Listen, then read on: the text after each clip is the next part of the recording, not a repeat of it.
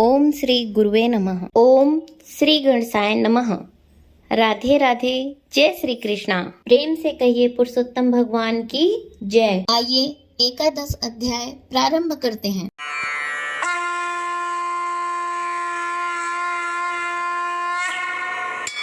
नारद जी बोले, हे महामुनि, उस कन्या ने बड़ी कठोर तपस्या प्रारंभ कर दी जिसे मुनि लोग भी करने में कठिनता अनुभव करते हैं। श्री नारायण बोले, उस कल्याणी ने बड़ी कठिनाई से होने वाला तप प्रारंभ किया।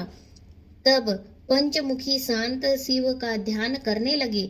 गर्मी में प्रचंड धूप में अग्नि में के बीच में बैठकर और हेमंत तथा शीत ऋतु में ठंडे जल में बैठकर वह तपस्या करती थी। उसका मुख जल में कमल के समान तथा सिर के बाल फैलकर सेवार मंजरी से घिरे हुए जल में शोभायमान लगते थे। वह बाला वर्षा ऋतु में खुले मैदान में वर्षा के जल को अपने शरीर पर लेती थी। भोजन के स्थान पर दोनों समय वह कोमलांगी केवल धुआं पीकर रह जाती थी। देवता जिसे कठिन समझते एवं ऋषिगण जिनकी प्रशंसा करते थे, ऐसे तप क्रम में उसे 9000 वर्ष बीत गए।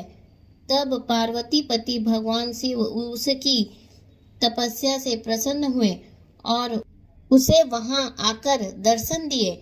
शिव जी के दर्शन कर वह बाला शीघ्र ही खड़ी हो गई।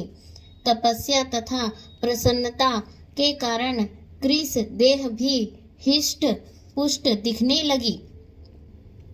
उस बाला ने सिर झुकाकर भगवान शिव जी को प्रणाम किया। संसार पूज्य भगवान शिव का मानसिक पूजन किया तथा भक्ति पूर्वक इस प्रकार स्तुति करने लगी।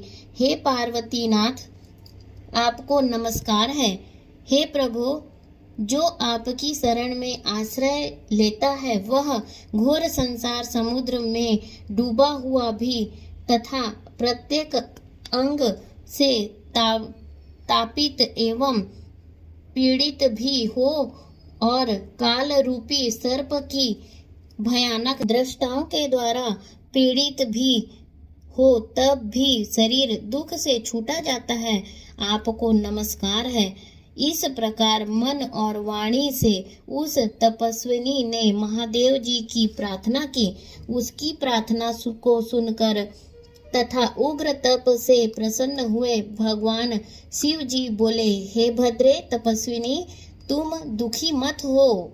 जो भी तुम्हारी मनोकामना हो वह हमसे मांग लो, मैं तुमसे प्रसन्न हूँ। हे राजन, इसको सुनकर वह कुमारी आनंद में डूब गई और सदा शिव से बोली, हे दीनानाथ, आप अगर प्रसन्न हैं तो मुझे पति दें, मुझे पति मिले, मुझे पति दीजिए, मुझे पति की कामना है, पति दीजिए।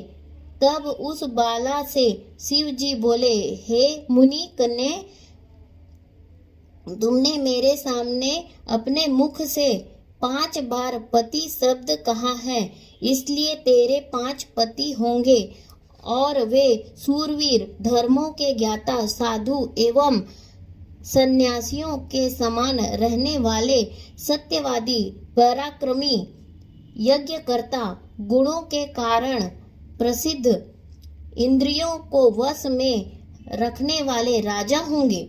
श्री कृष्ण बोले, श्री शिव जी का यह अप्रिय वचन सुनकर वह बाला झुककर कातर स्वर में बोली, हे सदाशिव गिरजाकांत, संसार में इस प्रकार मेरा उपहास न कराइए, क्योंकि प्रत्येक स्त्री का एक ही पति होता है।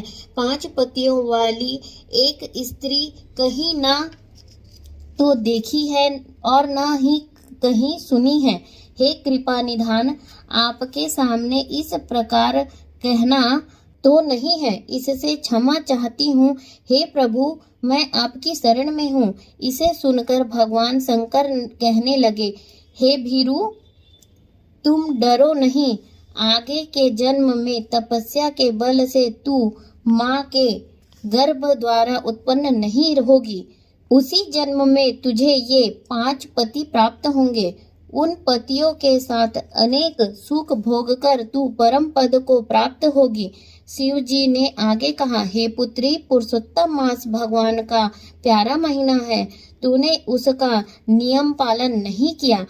श्री कृष्ण भगवान ने अपना ऐश्वर्य प्रदान करके इसे अपना बनाया है।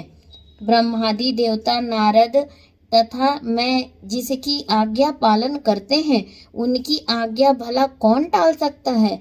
हे मूढ़े, तूने संसार पूज्य इस मास का व्रत पालन नहीं किया।